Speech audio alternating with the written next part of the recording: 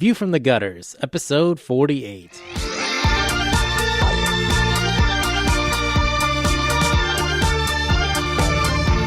Welcome to View from the Gutters, the comic book podcast where each episode we discuss a collected edition, trade paperback, or graphic novel, and then recommend and vote on the book for the next episode. Warning: the discussion portion of this show has massive spoilers for that book. On this episode, we discuss the superior foes of Spider-Man 1 through 6, and, to skip ahead to the recommendation section, skip to 4044. Is this the first episode we've done where the trade isn't out yet? I think so, yeah. Probably, yeah. Setting a good precedent for that one. I think I did one where the trade was about to be out. Well, we did Thor. That's right. I recommended it before the trade was out, but we didn't do it until after the last issue came out. That's right. And then we did it once the trades were out. Yeah, that's right. Yeah. Okay. All right. View from the Gutters, episode 48. Yeah. Superior Foes of Spider-Man. And I'm Andrew Chard. I'm Joe Preddy. I'm Tobiah Panchin. And I'm Cade Reynolds. I really need to say that like it's a question next time. I'm Joe Preddy. I'm Joe Preddy? Well, now you've given it away. The gig is up. We'll see. The jig is up? The jig is up. No, The jig is up. Gig? The jig. The jig or the Why gig. is it a jig? It could be either one. Does anyone know where that comes from? The dance. It's a dance. The jig is it's just done. Yeah, like you're done Dance. jigging. Is that? Like you're done. No. I'm not sure that's You know, cops were Irish Well, no, 'cause in it- the because 20s, of, like- and It's like when you're a scam artist, like you're doing a song and dance, like Oh. you're trying to convince somebody. Oh. And it's like the jig is up, like your dance is done. You've been found out. I like that. or it's in that town where Footloose takes place, and they're literally saying that You the can't jig is up dance because anymore. dancing is illegal in that town. I think that's a What much about more likely rhythmic scenario. swaying? What about No, we cool don't go. walking? You know what? Satan. All right. What if I hum Down, and tap arms my foot? folded. What if I walk cool? Is that a dance? No, because that no. Like Okay. anything involving rhythm. How about some spaghetti Haven't you hands? seen the fucking movie? Do I need to get No. John Lithgow to I've come down never and seen explain it? Footloose. Who's Why would I ever want to watch that? Anyways, No, none of us have seen Footloose, Joe. Just you. what? So wait, does that mean the- prancer sizing is illegal? Possibly. What is You'd have to prancer-sizing? talk to the bad guy from Footloose. I'm gonna look Not up just some prancer sizing, but later. even saying prancer size is illegal. Okay. It should be. I'm gonna look it up right after I look up the video for cake farts again. Cake, yes. Because that's just something I do every day. You should look up. Okay, so Chard, you Yes. recommended Superior I Foes of did. Spider-Man. I gave it a glowing recommendation. I said Why- this why- book was fucking awesome. Don't you recommend it again and tell us how you feel about it? Um, Having presumably reread it. I did. I think it's just as much fun the second time. It's everything that I love about a comic book universe, which is you have a bunch of like random loose ends that get left laying around in the wreckage of like, oh, the Avengers have put person XYZ in jail, and you never see the end of that story. Like that shit is just done. I was gonna go do some research on Silvermane, but I'm assuming there's a story in which Silvermane as a robot, it just like stops appearing in books. And so I was just like, well, here's where that story is picked up. And I love that about Marvel. And like something that DC used to have was that the continuity is so crazy that sometimes shit just gets left behind. And then an author 10, 15, 20 years later can be like, oh, remember that one really random obscure thing? Let's reference that. And so when a universe becomes as crazily self-referential as like the Marvel and the DC universe used to be, I think it's great. And I think that Marvel has kind of always taken a much lighter hand with stuff like this. I mean, Joe was mentioning how he could see that I like it because it's very Agents of Hate, Next Wave. And it's like, I do get glimpses of that, but it's a different kind of crazy, you know, like there's different kinds of insanity in this book. And Marvel's having a lot of fun playing with characters in humorous and new ways. And I like that. I think that books like this are really important for a comic book universe because not everything has to be grim, gritty, dark, and like badass all the time. I like the fact that this and Hawkeye are both books in the Marvel universe right now because they're so tonally different, like polar opposite of what Hickman is doing in all the Avengers books and all that big stuff. Yeah. And it's different from what Bendis and Brian Wood and Remender are doing with the X-Men titles. I mean, you look at books that we've read in the past, like Agents of S.H.I.E.L.D., and is it just called S.H.I.E.L.D.? Yeah. It's just called S.H.I.E.L.D. Like books like that where they're very like tonally serious books, like world-ending shit is happening, things are dark, like, and that and this can exist in the same universe and are both in continuity and both totally accepted as part of that universe is awesome. I think it's a testament to Marvel and to comic books. Yeah, and I like villains. I love when they just bring up like random old crap and they're like, yeah, that absolutely happened and it's totally in continuity. Yeah. It's like, yeah, the head of Silvermane. Woo! Crazy thing. Yeah, I wanted to and then look they treat it like totally seriously, like everybody is really concerned about this thing. Yeah.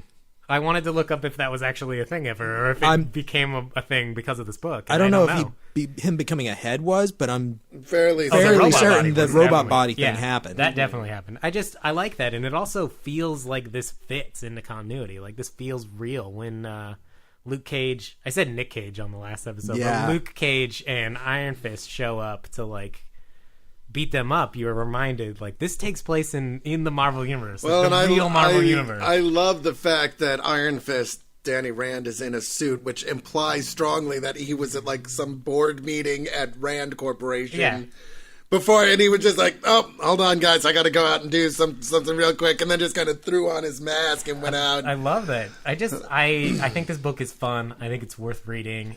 I love villains. I love villains because they don't make sense. Why would you ever be a villain in the Marvel universe? Well, I just love when Captain America. When Speed Demon decides, like, I'm just going to rob this store and I'm going to take this dog. Yeah. Like, they're just like, I'm a supervillain. I can do what I want. Yeah.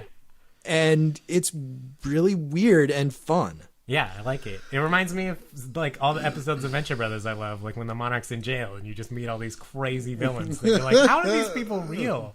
Like King Gorilla. Yeah, I was actually going to go into that too, because at one point somebody I think maybe it is Boomerang early on. He's like, I tried to get a supervillain thing going, or an arch nemesis thing. It's not Boomerang. It's the guy at the Villains Anonymous meeting. Right, which is right out of Venture Brothers. Like, yeah, it's so out of Venture Brothers. Yeah. And he's like, yeah, I was dead, and then the Red Hood brought me back to life, and I tried to do this thing, and it didn't work, and now I'm here. Wrong universe. Yeah, it's not the... It's the Hood. Oh, excuse me, the Hood. Yeah, whose hood happens to be red.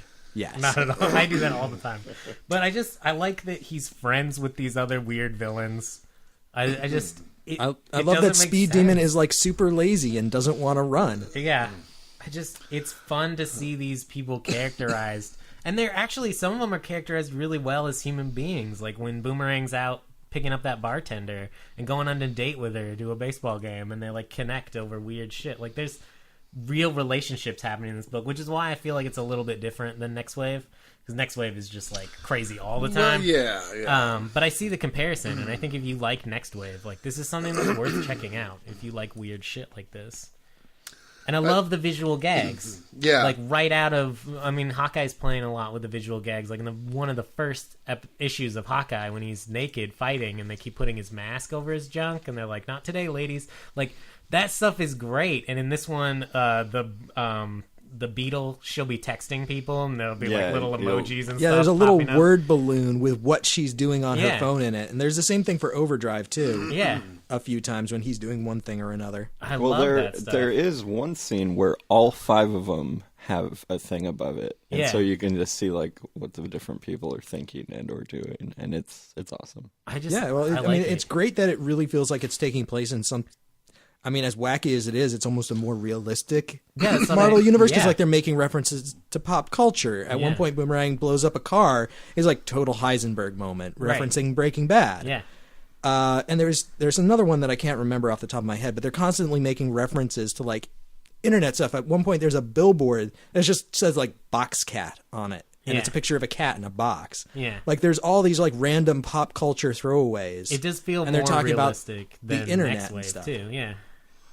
Well, it's more connected to this world. Yeah. I think, I mean, it's I mean, okay.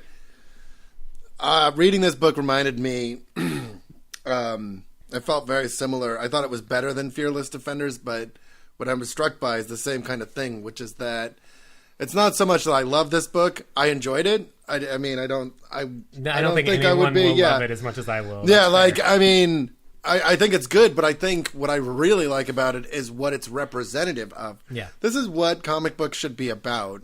Totally. I remember meeting Jimmy Robinson at Comic-Con a few years ago and talking with him about Bomb Queen, which I thought was a great book because it knew exactly what it was, it knew exactly what it was doing, and it never took itself too seriously. And you can tell the dark stories that you need to tell. That's fine. As long as you have some kind of outlet for people to come along and tell stories like this, which are going to make you chuckle, even if they're just kind of like, even if, and this one really doesn't, but even if they don't live up to their potential, even if they're kind of like Fearless Defenders, which I feel like didn't live up to it was right there consistently, and it had problems in the artwork and a few other things, but still, like, I think the writing isn't as strong on that as it is in this either. Yeah, no, absolutely. Fearless I agree Defenders with you, are actually mentioned in this book too. Yeah, no, totally. They're all girls now. I think, you know.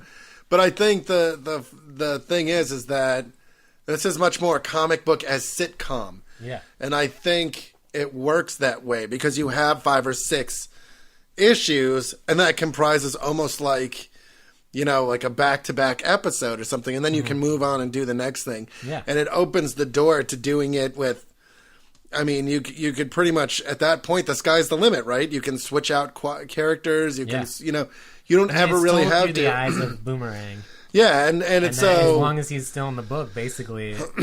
We don't know how reliable of a narrator he is, because some of the characterizations are off in this. Like, Shocker is this, like, utter coward. Yeah.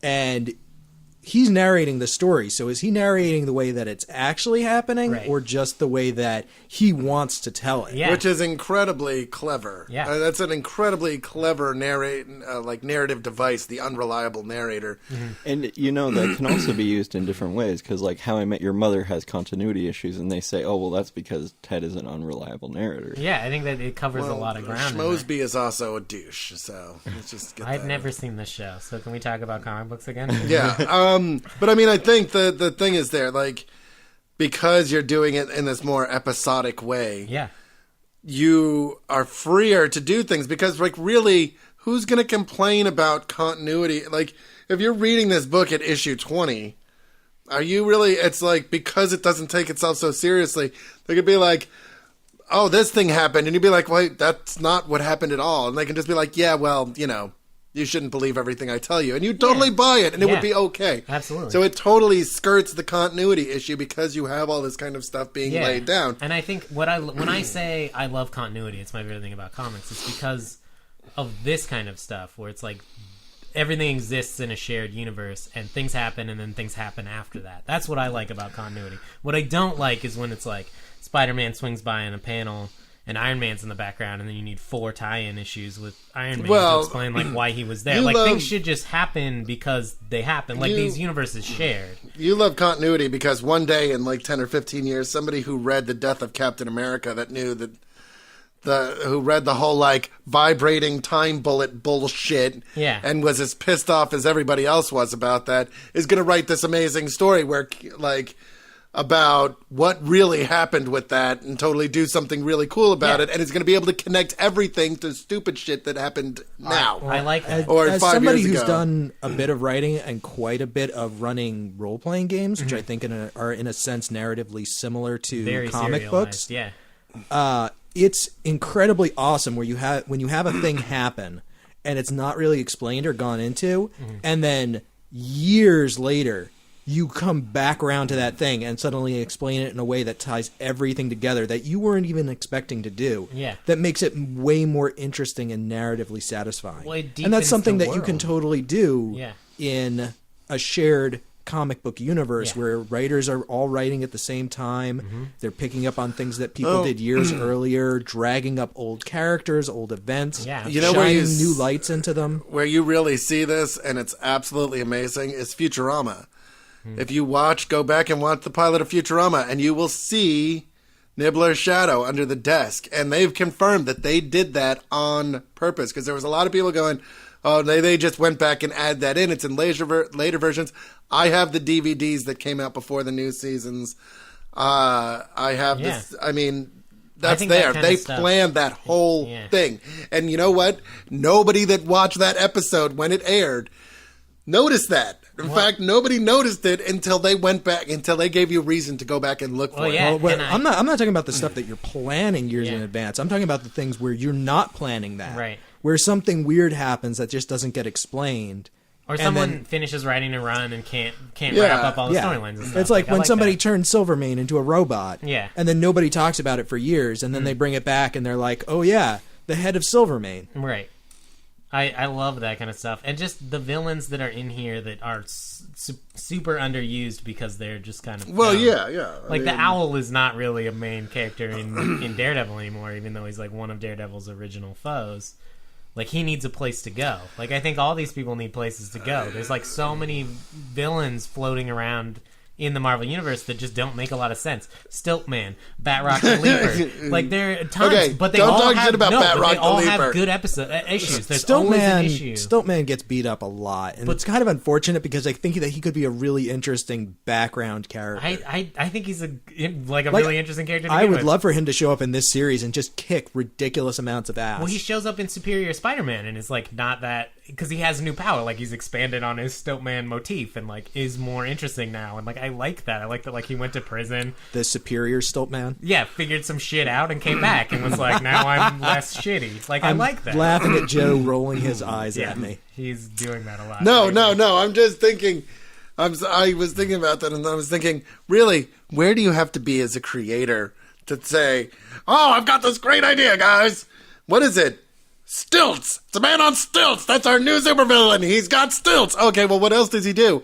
Robs banks. How? With stilts. With stilts. He uses stilts. He's a stilt man. That's the whole thing. He's I'm a sure stilt it was man. a Stan Lee creation where he's like, all right, Jack, I got a new idea. Let's draw a Jack's guy on like, stilts. I want to do this thing where it's like other dimensional power. He's like, no, stilts. Stilts are the way to go. Kids love the stilts, all right? I love... And next week, Pogo Stick the Man. The Silver Age was... It's it's great still a time. thing that happened. It's Like, a beautiful totally. time. there was a Kite Man. There's things that are fun about that. Sam Without and I, Stiltman, you don't have the Punisher pulling out a bazooka and blowing the legs off of Stiltman and Right. shit like that, which are well, like... and I had Sam owned these collections of old Spider-Man stories, and when we lived together, I would like read them out loud to him while he was playing video games as Stan Lee. And the one issue that like we keep going back to is there's an issue where he fights the Vulture, and the Vulture like knocks Spider-Man out, and then like Puts leaves him him. in a water He tower. leaves him alone in a water tower, and then he goes he's in the sewer, and he's like flying in the sewer, and he's like, they won't expect the Vulture from down here, and it's like it's so just infantile but like amazing at the same time. And if you can't find the fun in that, I feel like you're gonna have a hard time finding the fun in this book too, because it's just like a modernizing of the comics were fun. Like comics are first and foremost entertainment, and I think that having fun with that is perfectly, and it shows like this book doesn't do it in a way that is like, look how stupid everything is. Look how stupid it's not superheroes. meta, It's out of and love. It's Like, not meta. It's not like the Mad Fraction kind of way where it's like, look at these foibles, and it's really interesting. Or the like it just exists or like to The Boys. exist. It's cool. It doesn't have to change the medium. Yeah. It doesn't have to change the face of modern comics. Well, it's not like The Boys at all either, which is like, look how stupid and shitty this is. Well, this Garth is like Ennis this is fun. This is like, Garth- remember, Yeah, comics can be funny. Makes me wish that there was a equivalent book for the Flash's Rogue Gallery, Oh, where they weren't like absolutely. a bunch of hard ass murderers Oh who my do God, at cocaine one and point- fuck hookers. At one point yeah. in the modern age, they are this fucking group. I know. They're just hanging around. Like the Flash will come in, they're like, "Hey, how's it going? What's going on?" Because they're really not bad guys anymore. They're just Right. kind of hanging around. Yeah, and And I it's love when in the the- Silver Age. I love the career criminality of it. Yeah. Like I love heist movies. Yeah. I think that they're great. Yeah. And I would love to see more heist comics set in a Super Crooks. superhero universe. Super Crooks, Mark Millar. Not written by Mark Millar. I recommended it. Not written by Mark It's Millar. there. No, It makes me desperately wish that they would do a Grand Theft Auto Marvel universe. Yeah. Where You you play create, like, as a new a villain. minor supervillain. you just create like some new and like shitty you're just villain. doing Grand Theft Auto things like Yeah. I mean, pulling they heists. did that. It was called Saints Row 4. Yeah. Well, you're a hero in Saints Row 4. That's and true. The Yeah, president. that's detestable. It's also I mean, you can not kill a comic people. book. Yeah, I love it when they play with the universe like this. I think it's great fun. Cade, what did you think about this book? I didn't think it was perfect, but I had a lot of fun reading it, hated and it was. I mean, it was enjoyable. Yeah. Like when I started reading it, I finished all 6 in one sitting. Yeah. It was just like, what happens next? Exactly. Yeah. Well, me too. That's how I read it. Was like I explained this on the show last time, but I read it all in one sitting because I was like, eh. And that big reveal at the end, I can't wait to read the next book. Oh, me too. Like the reveal that we're talking about, it was issue 6. We're spoiler heavy, so we don't care. Is the Beetle is the daughter of Tombstone. No, Tombstone. That's right. Who's one of my favorite Spider-Man villains, and I don't feel Spider-Man has used. amazing villains, and It that's does. why I think this book is really fun. And also for a book called The Superior Foes of Spider-Man, They're not. I didn't expect this book to be good at all. I had zero expectations. I actually for this didn't book. start reading this book until issue 4 or 5 was already out. Yeah, I mean, I read it when issue 6 came out. That was when I read all 6 of them. So this book had nothing.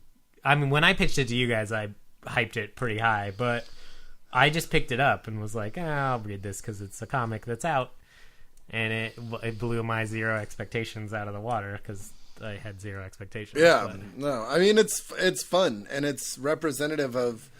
We say this a lot, I think, but it bears repeating, which is the fact that Marvel is allowing books like this to be made, allowing books like Fearless Defenders to be made, even if they're canceled after a while because they don't have great sales, is proof that Marvel is evolving. Creatively and editorially vibrant. Yes, Well, and that's again, what needs to be happening. When you have a house style, books like this can't exist. Yeah, exactly. Because everything has to be like Avengers, and I think that's wrong. I think think the universe has room for both. Yeah, absolutely. Ionine.com today, I think, posted a list of their top picks for So a week ago, when 2013. Yeah, a week ago when you read it, I'm sure it'll still be up. they took it down. The internet got canceled. The internet did get canceled. We're coming from you from the future. Run. No, it's just run. Canceled. Anyways, then how are they hearing this? They're not. Well, shit. I can say what I really think about you. No, I'm just kidding. But there's a lot. Like Image was up there. You were saying IO9. Yeah, IO9 published. It's 2013. It's 2013, saying 2013 was a great year in comics.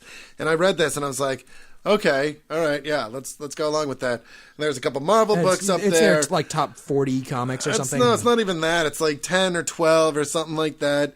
And they're just talking about the ones that they feel need the most, kind of like the ones that they felt were the best, right? Yeah. I don't think there's really any order. It's not in a list format. There's no numbers involved. It's just titles. And there was a bunch of stuff from Image. There were a couple Marvel books. Hawkeye was up there. There was one DC book, and it was Batman 66, which is easily the one that is furthest from the house style that DC is kind of enforcing right now, which is basically Adam West as Batman running around doing crazy shit. Yeah. And it's... I've seen panels from it here and there, and they seem really funny. Yeah. But I don't want to buy it, so it's like I don't know if it's any good. But it's not the first time that I've heard it's good. I think it's a good sign that DC's losing its grip on its house style, because both that and Superman Unchained are very much not in the house style. They feel... Yeah, everything I've heard about Superman Unchained is that it is the real Superman. It kind of feels not like the it. New 52 Dick Superman. It's not exactly, but it is so not a dick in this book. It's not the Superman of the modern age, but it is a more Superman style Superman. So now, is this the one that they made a DVD of recently? No, this one there's only 4 issues of. Okay. Yeah, it's called Unchained, right? Yeah, Superman Unchained. And well, the reason it's good, everybody's saying the reason it's good is because it's Scott Snyder. Yeah, that's the one that Jim Lee is illustrating, but it's Scott Snyder writing basically. Funnily Superman enough, that he likes, yeah, which is pre-New 52. Which is what you want writers to do. You want them to write characters that they enjoy writing and not go, oh, I have to do this character in this way because that's the editorial mandate. Yeah, and it's Toby has talked about this before, but it's one of the reasons that mainstream pay for hire comics can be kind of shitty, is because you're like, oh, okay, I'm here for my job. What do I have to write this week? I'm Superman's pal, Jimmy Olsen, and you're like, great. And, you just kind of phone it in because it's not something that you love. Everybody wants to write Batman, but not everybody wants to write or like Batman or Superman. People want the chance on the big books, I guess, is what I'm saying. And that's why Green Arrow was created. He was identical to Batman because only 2 people were allowed to write Batman. Yeah, and that's the problem. Is like this happened in Marvel too. Is like everybody wanted to write Wolverine, and so Wolverine showed up in every book. But what you get in a universe where creators are given a lot of freedom is creators take things that aren't being used and they're like, well, fuck, let's write Superior Foes of Spider-Man and play with some toys that no one else is playing with and write a story I care about. And that's what I think happened. What was really interesting about comics back in the day is that the way that they used to write them is one guy would draw a cover with a thing happening on it. Oh, yeah. And then they would give the cover to a writer, and the writer would write a story based on that cover. This was the DC style in the early Yeah, summer. the Marvel method was different. And the cover guys would just come up with the craziest shit that they could think of. Was... I'd be like, I'm gonna draw a cover that there's no way you could possibly write a story about, and then the writer would have to come up with something to explain why that thing happened. This is how the multiverse was born. Carmine Infantino was pissed off at the writer that was writing The Flash, and so he's like, well, fuck you. I'm gonna put both Barry Allen and Jay Garrick on the cover, and they both exist in the DC universe because we all know that Jay Garrick is a character that Flash got his name from because he used to read Jay Garrick comics on Earth 1. Yeah. And that's so like that has already happened, but how are they going to team up? And then the multiverse was created in the story Flash of Two Worlds. And what was so great about that was, like with the Hays Code, like when you have something, when you have an obstacle to get around, it can make you a better writer because you're trying to write towards something. Oh yeah, I think, and there's a freedom there and a fun, and that's why people remember the Silver Age comics so well, because they were so weird and interesting and did fun things. And Flash is talking to his costume. I said that Jimmy same Olsen thing has to you to the other marry a day monkey about the Hays Code. Yes, you did. Well, I agree. That's very smart. And the problem of... today is not like, okay, I have to write towards this thing and I can go about it how I want and come up with an interesting story. It's like, no, we want these characters to be this certain way, and so you have to write that. Or writers have too much freedom, and like indie books, and sometimes the book just doesn't have any direction. Yes. Like you look at early, even Kirkman stuff, like some early Kirkman stuff, like doesn't seem to have a lot of direction. Well, a lot of almost all of the original options. Image books fell apart after a couple of years just because. I will say though, for those of you that don't know, the Hays Code was in the 20s, pre 1920 something. Motion pictures had no rating system at all. Like you could do anything. So a lot of people think that smut is a modern invention. It's not. You had like nudity, gratuitous nudity everywhere in major motion pictures. And the studio heads got together because they were being protested and people were up in arms because, everything is, obviously nudity is bad. Right. We all know this. No. Come on. Right. Yeah. We've given into our puritanical. I am. I'm sorry. You can't see my hand gestures. I apologize. But and they brought in a young kid seeing a boob, that'll ruin their life. Yeah, it's like game over at that point. You might as well just shoot him and start over. Right. They brought in, I think he was like a postmaster or something, and he basically laid out this code. This of shit you couldn't do. Of you couldn't do. Like you could not kiss for more than 3 seconds, which is why in a lot of those old black and white movies, you have people like Hitchcock and Kubrick. They never kiss for more than 3 seconds, but they kiss multiple times over. That's why you have everybody smoking like a chimney, because it was used as a metaphor for sex and things like that. So it really put writers in an area where it's like, we can't talk about this, we have to be covert. We can't be overt about this. Right. And you get some really great stuff out of it. And I think that's a very good point. I've always been a huge proponent of creativity through constraint. Mm-hmm. Like when you have constraints on you, sometimes it forces you to be more creative, to write yourself out of that paper bag, to like get around the problems. And I think that's exactly what happens when, you have shit like that. But unfortunately, with a house style, like that shit doesn't fly. Like even if you write your way around it, you get fired. So yeah, fuck your house style, DC. And I think it's we say that every week, but I think that I think it bears repeating. There's there's definitely a difference between a house style where you're going, you have to fall within this parameter, you have to tell these stories, and saying, oh well, we can't show this, or this. Right. Now tell the story. There's the Five Obstructions. It's a very famous film that now, of course, that I'm talking about it. I don't know what you're talking I can't remember. I think it was maybe Bergman or something.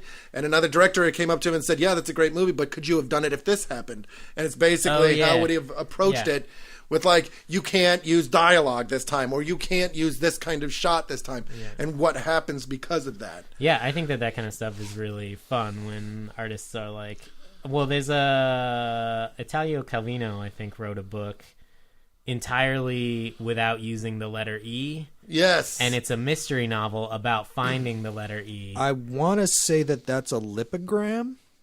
Is that what that's called? When you don't use a specific letter. I mean, it's from a writing society that had a French name, the Oulipo. I could be misremembering, because it's a really famous style. Yeah. And there was a guy specifically who wrote a book in French without the letter E. I think that's the same book. And which is Italian, it's harder in French. Yeah. Because the letter E is just more common in that language. Yeah. I don't remember the exact story, but these guys, the Oulipo, were guys that were all about that, like creativity through constraint and like stretching the boundaries of writing and stuff. And I think that stuff's awesome. I think it leads to weird stuff. And as like a musician and a composer, like that's definitely something that I think about a lot. Is like, can I do this without using a thing that I use all the time? Can I not use arpeggiators? Because that's cheating. Yeah, right. Dude, who doesn't love arpeggios? They're the greatest thing ever. Basically. Yeah. They really are. Especially when they're flying. When they're flying? Flying arpeggios. Anyways. I think I had that once in grade school. Yeah. I think that was lice. Kate,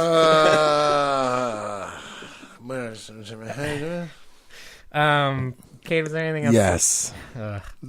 Kate, was there anything else you wanted to add about Foes? I don't think so. It's a fun book. If you haven't read it, then why the hell are you listening? Go out and buy it. Yeah. Well, I think if they like this and they haven't read Empowered, this is a good, like, wetting your feet into a superhero universe that is, like, you know, not taking itself too seriously, but at the same time, like, has really kind of, like, real relationship-y stuff in it, too. Yeah, I mean, honestly, like, it's not my favorite thing. I don't know that you would find a lot of people who would call it their favorite thing. Yeah, just me. But I think it's a good thing, and I think it's something that most people will enjoy. Well, and I think it's good that it exists. I do too. I think that even if I'm the only person in the world that likes it, like, it's still valid and it still should be there, and it makes the Marvel Universe richer for existing. And I think it's just like Fearless Defenders, and just like Hawkeye. Yeah. I'm actually afraid to like it too much because I know that the second I do, it's going to get canceled. Yeah, that's...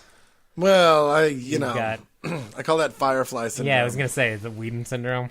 Yeah, it's like it's more than winter because the two shows that hurt me the most, and this will probably, if anybody's gonna write me hate mail over anything, it's that I actually mourn.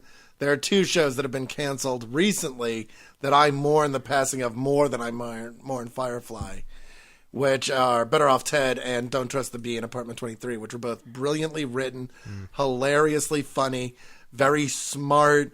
They avoided a lot of stereotypes, and both of them were canceled after 2 seasons because that's not what America wants to watch. I thought you were going to say Dawson's Creek and Dawson's Creek. No, Dawson's Creek actually... James Vanderbeek is one of the main characters on Don't Trust the Bee in Apartment 23, and he's fucking hilarious. He plays James Vanderbeek. He plays himself, yes. And he's always making references. He pulls a Neil Patrick Harris, and he's hilariously funny, man. He really nails it. I constantly make references to Don't Trust the Bee, and everybody just looks at me blankly. Dawson is the moon. You guys keep telling me to watch this, which I need to do. Great show. No, I think that anytime you love a thing and it gets canceled, it's heartbreaking. It really is. But the only worst thing is when it doesn't get canceled, but it gets Futurama, where it gets brought back and it's got none of the charm. Yeah, the charm. Although I think Futurama redeemed itself in its last season. I'd given up on it by then. That last episode I really liked. I'm not sure I could say it about the whole season. The last episode is great. I think the last episode is really good. I haven't watched it yet. But no spoilers for that, because it's not what we're here to talk about. But I mean, Superior Foes. Like, if you like funny kind of stuff, then read it, you know? And pick it up anyways to support Marvel doing what comic books should be about, which is trying new things to figure out what works. Yeah. Well, and not being afraid to put creators on stuff that you should in no way work at all. Absolutely. Because that's sometimes you get the best shit out of that.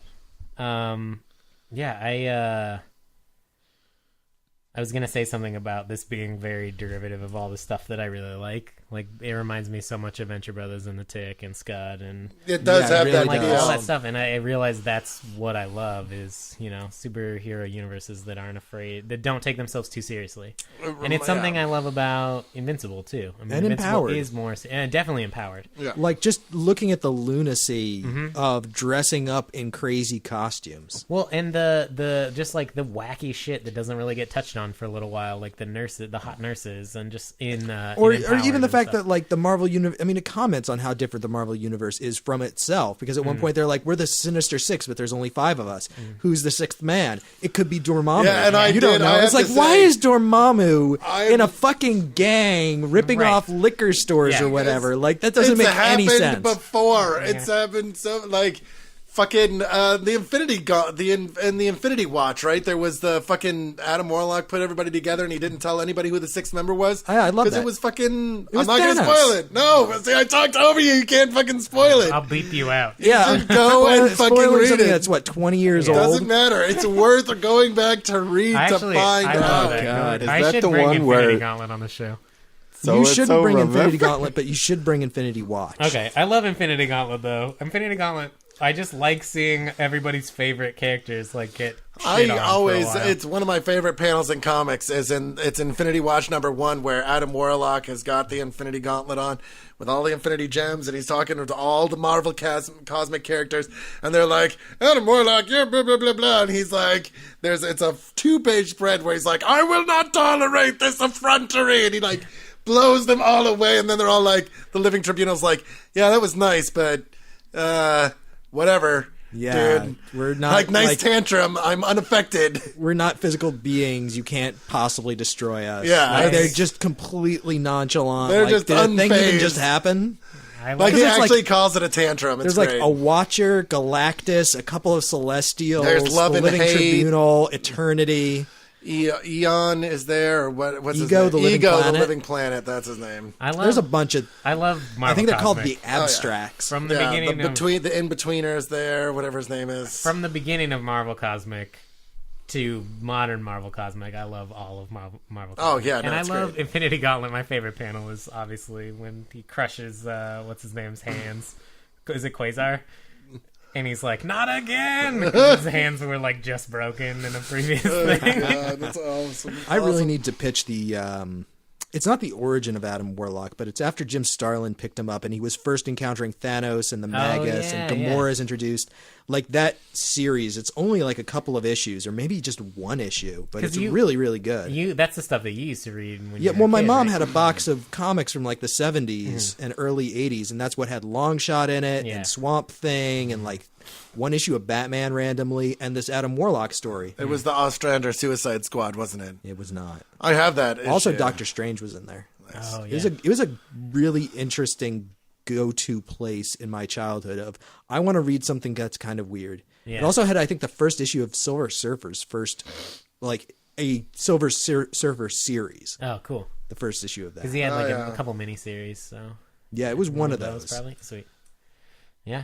Well, it reminds me of being a little kid reading comics where you don't buy runs and you don't have Yeah, you just subscriptions buy and you don't what- get trades. You just like You're like, I wonder what fucking happened with found- that. Yeah, you just found shit and then Yeah. you were like, oh, Batman 685. He's matches Malone for this whole Yeah. issue, and I don't I understand, don't understand what's going And on. I think if I were a kid and I found Superior Spider-Man in a box, I would appreciate it and I would get something out of it. Superior I don't Foes or Superior Spider-Man? or Superior Foes. Yeah, yeah. yeah. Because I think I think that both, there's a lot of comics these days where a random reader just picking up a random issue isn't really going to get a lot out of it. Oh, true. Yeah, I totally. And I think that I- this is something that you could just grab and get something out of. I just want to say that the cover to issue 4, which nobody can see, I'm holding up so that we can see it. Yeah. You can't see it. You have to You read look it up. is everything a comic book should be. That- That's everything a cover The should covers they look fun. be. Yeah, they really do. They look like comic book covers, and they're fun. And they're all like... Also, one thing that occurred to me when I was looking at the covers, have a lot of things gone back down to $2.99 an issue? I thought most things were $3.99 I think now. the main titles, like X-Men and Avengers and stuff, are all still $3.99, but I think side books... Okay, because when I saw $2.99 on the cover, I was like, whoa. I was also struck by that. I think that books like this that are...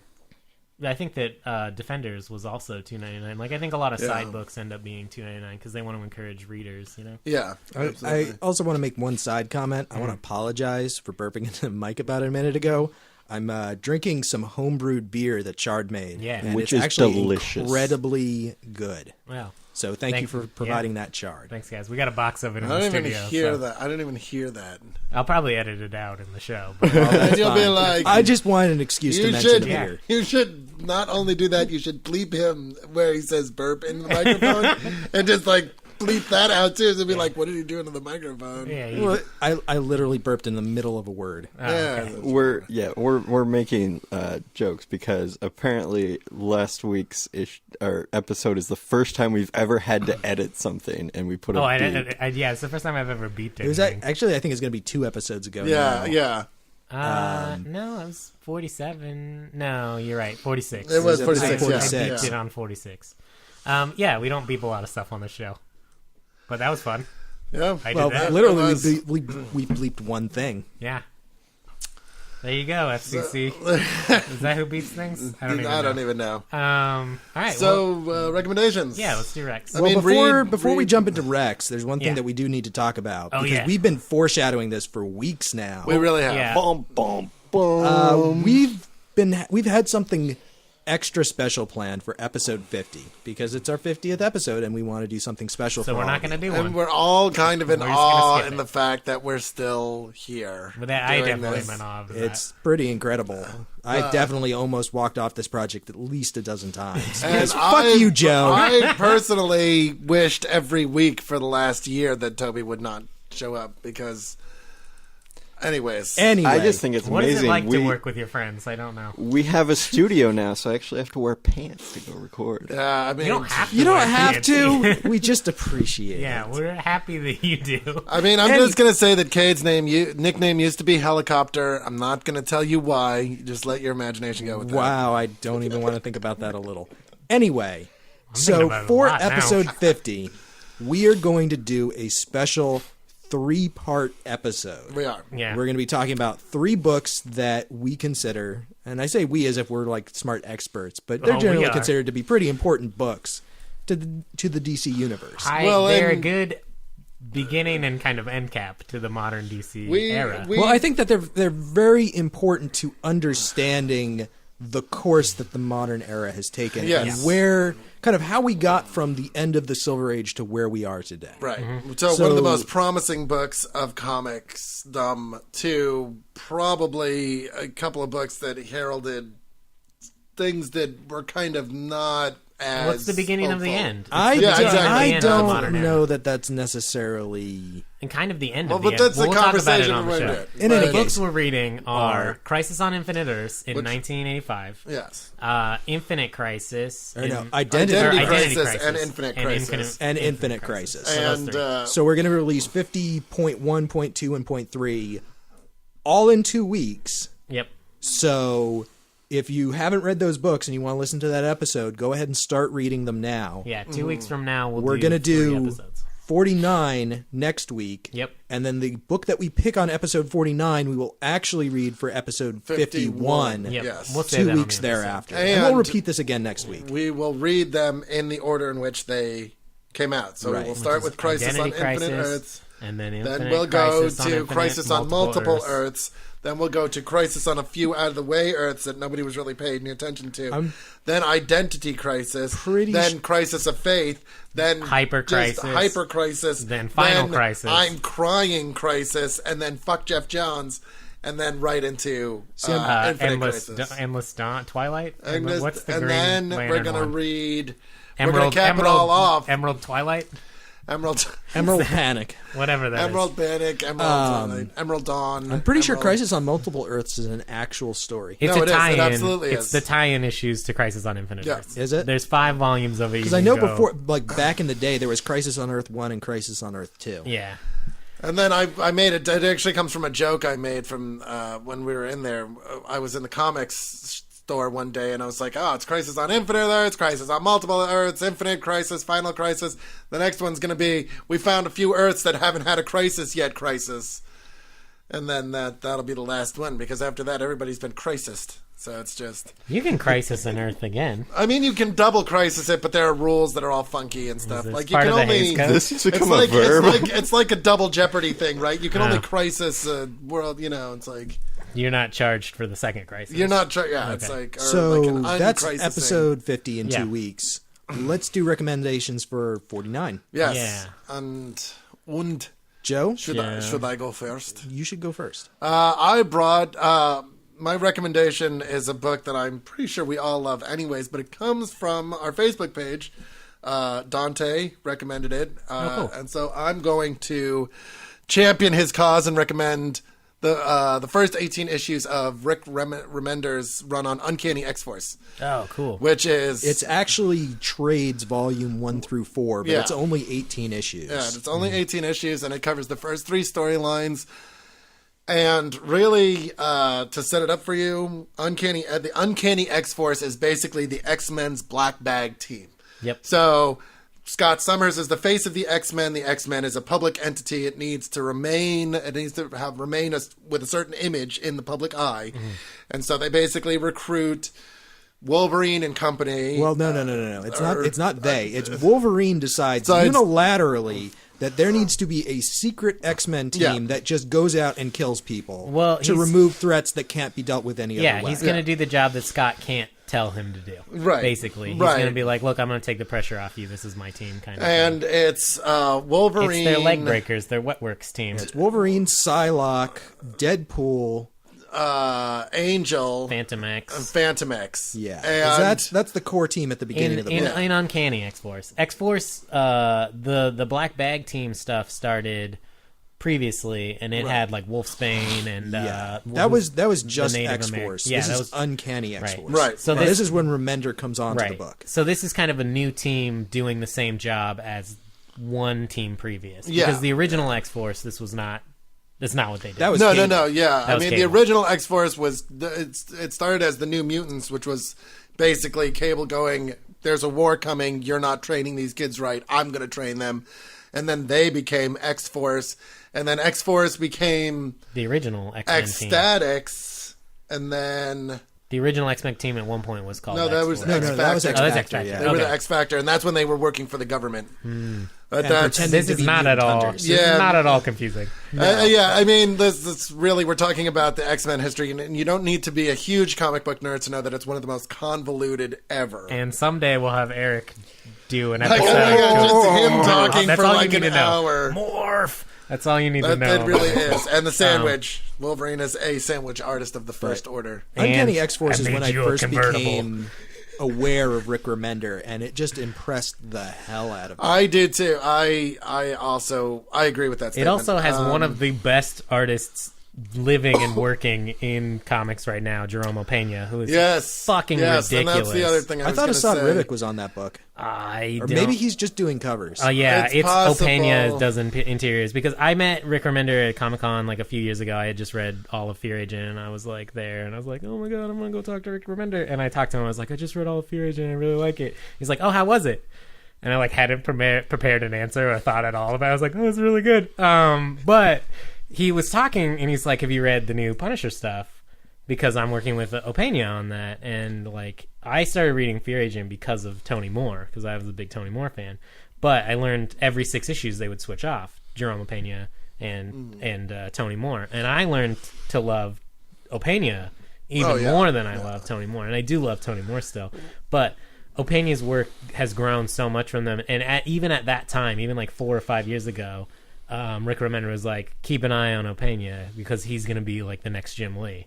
And I hope that he doesn't become the next Jim Lee, because I don't really like Jim Lee that much anymore. But I hope that what he meant is like one of the best known best comic artists in the world, Right, and I agree right. with him. Opeña is fucking ridiculous. Yeah, there's- and his work on that and the colors on that book are outstanding. There is nothing I don't like about that run on Uncanny X-Force. It's fun. And when And you even if we don't pick it, you should read all of Uncanny X-Force Volume 1, because it's gone into a Volume 2, but all the Rick Remender stuff Yeah. up through issue 35, Uh-huh. because that storyline very specifically is still going on in Uncanny Avengers, which he's writing right now. Yeah, he's now taking over. I think this book's outstanding, and you should definitely read it. Yeah. So that's my pick on behalf of Dante. Thank you for listening, Dante. Yeah, and I like that Remender turned some characters on their head. So if you've only Yeah. read Deadpool as like the wacky crazy person, like Deadpool actually is the voice of reason in Oh my several god! of these issues. I'm not few of them, gonna yeah. spoil it right now, but there is Crazy. a Deadpool moment in like issue 4 of that series that made me fall in love with him all over again, and fall Yeah. in love with Rick Remender Yeah. as a writer because of how like emotionally perfect and spot on that moment was. And Well, if and he you're- writes yeah. Phantom X brilliantly too, which I think is a difficult thing because Phantom X is a Grant Morrison creation. Yep. And Grant Morrison has such a unique voice. Mm-hmm. And I read it and I was like, this is not. Deadpool has this problem. Other people want to come in and write Deadpool. And really, when I read Deadpool, I compare it to Joe Kelly's run on Deadpool. And nobody yet has been able to give him that voice. Remender comes the closest, and Remender nails fucking Phantom X. Yeah, I think that this book is great, and if you're enjoying Black Science, Remender's new book, and the art style in that, the kind of like looser, darker, heavily saturated stuff, like I think you'll really like Uncanny X-Force. Mm-hmm. So check it out. Yeah, do either way. So, Toby, what you got? So I've actually been meaning to recommend this book for a while. And it's another webcomic, one that I really, really enjoy that's finished now. Sweet. And it's called Rice Boy. It's by Evan Dom. Joe, get away from the microphone. Stop it. It's by this guy named Evan Dom. It came out between, I want to say, like 2006 and 2008. And it's kind of hard to explain. It's a little bit like The Lord of the Rings, but kind of odd and sort of psychedelic. And basically the way that it starts is there's these two guys who meet in the bar. This guy named Calabash and a guy called the One Electronic, which if you've read Saga is just like the TV-headed guys from Saga. Cool. And basically they are 3,000-year-old immortals who were granted immortality by God in exchange for providing a service, which is that they have to find the fulfiller of a certain prophecy. And as long as they are searching for the fulfiller, they will remain immortal. And they've tried for 3,000 years to find the fulfiller. And they keep finding people that they think are the right guy. And they pick him, and it turns out to be the wrong guy. And they fuck up, and bad things happen, and they have to find a new guy. And at the beginning of the story, they're meeting in a bar, and Calabash is like, I give up. I'm not doing this anymore. And the One Electronic is basically says to him, like, that's cool. I'm going to keep going. I think I found somebody new. Do you want to come with me? And Calabash is like, no. So the One Electronic goes to find this guy who he thinks might be the new fulfiller, and it's this little white stick figure man who looks like a grain of rice called Rice Boy. And the One Electronic basically pitches like, this is what's going on, this is what I think you can do, do you want to try and do it? And Rice Boy says no. And so the One Electronic goes off to try and find a new fulfiller. And then Rice Boy goes, well, maybe I do want to go do this. And so sort of in like a Gandalf spurring Bilbo to action way, Rice Boy sets off on this journey basically to see the world and find out like what his destiny is. Sweet. And he goes through like all of these weird adventures and he makes friends, and it's very like Lord of the Ring, Hobbit, like series of adventures through this world called Overside, where Rice Boy tries to figure out if he is this foretold person or if he's another false, I forget what they call it, but fulfiller of the prophecy. Yeah. And it's just really a really interesting, fun, colorful story. And you can find the whole thing for free online. Awesome. It's at rice-boy.com. Cool. And Dom has actually done 2 stories since then. One which is finished, called Order of Tales, and then a third one, which is still ongoing, called Vatu. And are these continuations of that story? Or They are set in the same universe, but at different times. Cool. Order of Tales is set like thousands of years earlier. And I'm not sure when Vatu is set relative to Rice Boy, but it's all in this world of Overside. Have they published Rice Boy at all? Rice Boy has been published as a book. Sweet. It's actually a really sweet full color edition. It's like $40. Nice. But you can still read the all of entire story online. It's all of it. It's about 400 pages all told. Cool. Which is equivalent to about 20-something issues of a 22-page comic book. So I figure it's about an eighth of Bone. Yeah. Yeah, it's about the limit of what we can reasonably do in one episode. Yeah. All right. Awesome. Cade, what you got? All right, so I brought an interesting book that I actually haven't read yet, but I'm super excited to read it at one point. This is Eternals by Neil Gaiman and John Romita Jr. Oh, yeah. That took place during Civil War, I believe. Yep. When a bunch of people woke up and realized they had superpowers, like, you know, the whole Eternals spiel kind of thing. Well, this is really interesting because it's the Eternals Volume 3. Mm-hmm. Volume 1 was written by Jack Kirby back in the 70s Yep. and went like, I think, 19 issues or like 18 issues in an annual or something like that, and then just ended. The story was never finished. Yep. Then in the 80s, they did a second miniseries that went, I think, 12 issues. And basically it was just like, okay, that stuff happened, and now here's this other thing that's going on. And then that ended, and then nobody did anything with the Eternals for years and years and years and years. Cersei was on, who's one of the Eternals, was on the Avengers for a while. Yep. Like, some of those characters were around. But as a group, nobody was really doing anything with the Eternals. And then Neil Gaiman basically scooped them up and did this miniseries that was, I think, originally supposed to be 6 issues, but then jumped to 7 at a certain point because he just had too much story. Yeah. And so it's kind of picking up these characters that nobody had really done a lot with in a long time and kind of dusting them off and reimagining them for what was going on in the Marvel Universe at that time and retconning some things, but in an interesting way. Nice. It's also got one of my favorite lines. The Iron Man smackdown in the middle. Yeah, like Iron Man's pretty much like, "Hey, you guys have powers. You need to register." And the main Eternal guy's like, Zurus. If you see two groups of children fighting on a playground, do you choose sides? It's like, fuck you and your war, Mr. Stark. Yeah. So yeah, it's it's very Jack Kirby. I mean, it is very Kirby. It's Jack Kirby doing Jack Kirby stuff. Romita's art in there is spot on. Yeah, I was just about to mention John Romita Jr. I love him. Straczynski's Spider-Man that I picked up back when it was ongoing. It was just awesome. I love to see how his art has evolved over the last like two and a half decades. Yeah. I mean, he is really... Well, it's really interesting to see him because he's drawing the current Captain America run, also written by Rick Remender. And at least in the first arc, like, he really goes hard on the Kirby style. And it's really interesting to see Jack Kirby as interpreted through John Romita Jr. And his style was always really heavily influenced by... Well, by the old guard, because obviously his dad. Well, yeah, exactly, because of his dad. But I think that he also has a breadth of talent because his stuff on this looks a lot different than his stuff on Kick-Ass, which looks a lot different than his stuff on Captain America, which looks a lot different than his stuff on Avengers: The Heroic Age. But you can always tell it's John Romita Jr. Yeah, so it's very cool. He's distinctive, but he's it. not tied down to any one style. There are always elements that are very him, but he manages to stay fresh, and I really appreciate. I love his art on Straczynski's Spider-Man run. Yeah, the Spider-Man stuff is great. Yeah. All right, what do you bring, Chard? I brought Mark Waid because I can't talk enough about Mark Waid because he may be my favorite comic writer ever. And I was talking to Toby about this, and I was like, "What's crime fiction with a female lead?" And he's like, "Oh, great, another one." But this came out years ago.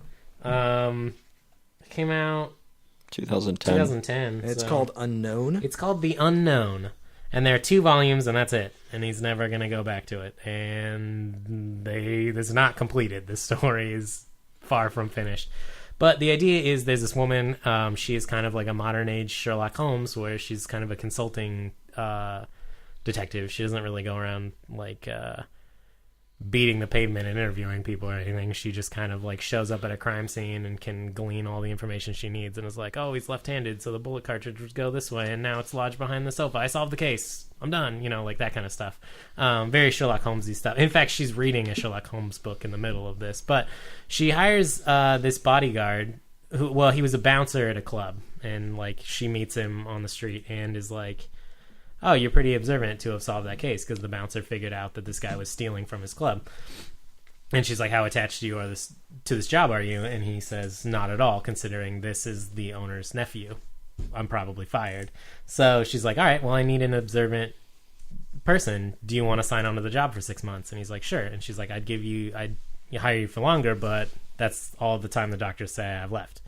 So the real reason that she's hired this guy is because one of the side effects of her terminal brain cancer is she's hallucinating. So she can't trust what she's seeing. So she needs another pair of eyes to tell her, like, am I actually seeing what I'm seeing? And she keeps having this reoccurring vision of this guy with crazy hair that looks like a zombie-ish thing. And they encounter supernatural stuff, and she is obstinately a scientist and will never, ever admit that anything supernatural is going on.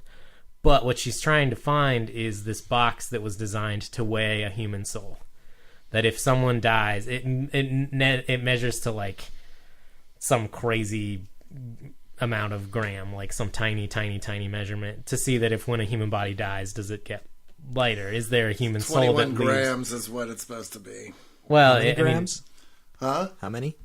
21 grams. No, it's when a person dies, that's what I've always heard. I think that's hearsay. But so they're like measuring this weight, and she's very obsessed with death, obviously, because she's terminally brain ill. Right. And then that book ends with crazy supernatural stuff, and it's really cool. And then it picks up a year later, and the bouncer is looking for her and finds her, and she's still alive. And she is interviewing a new candidate for the job and says, I'll hire you for 6 months. I would give you longer, but that's all the doctors say I have to live. Right. And she doesn't remember him at all. And so the book takes an entirely different turn in the second book and is crazy. And I like this series. I like Mark Waid. I think there are not enough comics with female leads in them. I have problems with the art, one of which being her tits are like almost always about to pop out of her shirt all the time, which I'm like, why? But the art is interesting in other ways because of the surreal nature of her hallucinations and things. So I think it's worth reading. I think it's a cool Mark Waid story. It's Mark Waid doing stuff that he doesn't normally do, which is normally feels like superhero type stuff. So this is different. And Joe's leaning into the mic again. Stop. That sounds interesting. Stop doing this. I hate it. All right, so let's vote. Well, you vote first. Yeah. It's time to vote now. What would you like to read, Joe? What do you want to read, Joe? I don't want to go first. Joe's now pouting away from the mic. I will go first. Okay. So I've inflicted a moratorium on myself for pitching superhero books. I'm going to try and go 5 episodes without pitching anything superhero related. That's cool. And of course, you assholes are making it hard on me now because I have to choose between voting for a superhero book or crime fiction, which I just don't like. I wouldn't. I'm not saying it's bad. It's just it's not my thing. I pitched it to you as crime fiction off the air, but I don't know that it's really crime fiction so much as it is like weird supernatural stuff. Whatever you want to call it. I mean, you're not pitching it, you're voting for it. That's true. You can vote for superhero but books. I think you should it's a vote little for bit what easier you want to for talk me to. because both Eternals and Uncanny X-Force have been on my list of things to pitch for a while. Yeah. So I'm going to vote for Uncanny X-Force. Awesome. Joe, what do you want to read? I will probably vote for The Unknown, just because, although I want to read Rice Boy and Eternals, I'm not exactly sure how I feel about. I'm kind of intrigued by this. All right. Cade? Do you want to break the tie, or you want me? How do you want to do this? You want to vote now? I don't know. I wanted to vote for X-Force, and I want to vote for The Unknown, and I want to vote for Rice Boy. You can only vote for one, though, Cade. Do you want me to vote first? Do you want to vote? Go ahead and vote, Joe. I'll vote. I want to read Uncanny X-Force. Okay. Let's do Then X-Force it is done. then. Yeah, I think we've talked about it before on the show. I can't remember if somebody pitched it before. I don't think we've pitched I it don't know before. that we pitched it, but I think But we have about it. definitely definitely said, brought it up before. go read it. Yeah. So, It'll be nice to have closure on that. Yeah. So Uncanny X-Force 1 through 4. It's volumes 1 through 4, although if you're listening to this after it's been released, we're recording this at the very end of December. In March, like March 14th or something like that, they're releasing the Rick Remender Uncanny X-Force Omnibus, which is all 35 issues plus some other like side issues from, I think, Fear itself. Oh, cool. Which was a crossover during that time that like a thing happened in. But it's basically, it's all the Remender stuff from that period, and it's going to be awesome. And So I really want to get that. March 14th. Yeah, it's like the 2014. middle. It's like the middle of March. This omnibus is coming out. Sweet. Yes. Okay. All right. Read Uncanny X-Force. And then get Issues prepared. 1 through 18. Get prepared Yeah. for the 3-part 50 episode by reading. Crisis on Infinite Earths, Identity Crisis, and then Infinite Crisis. And then I highly recommend taking a little break in between each one, otherwise you will shoot yourself. And I take some time to read Crisis on Infinite Earths too. Yeah. You cannot read that in one sitting. No, I read you it can't. every year, and you just can't. I would say take some time with each one of them. Maybe read an issue a day. Shit, yeah, I take some time after each issue. Yeah, they're pretty dense. All right, well, read those, and we'll catch you guys next time. Thanks for listening. Thanks so much. Bye. Thank you. Goodbye. I'm gonna kill both of you. Bye.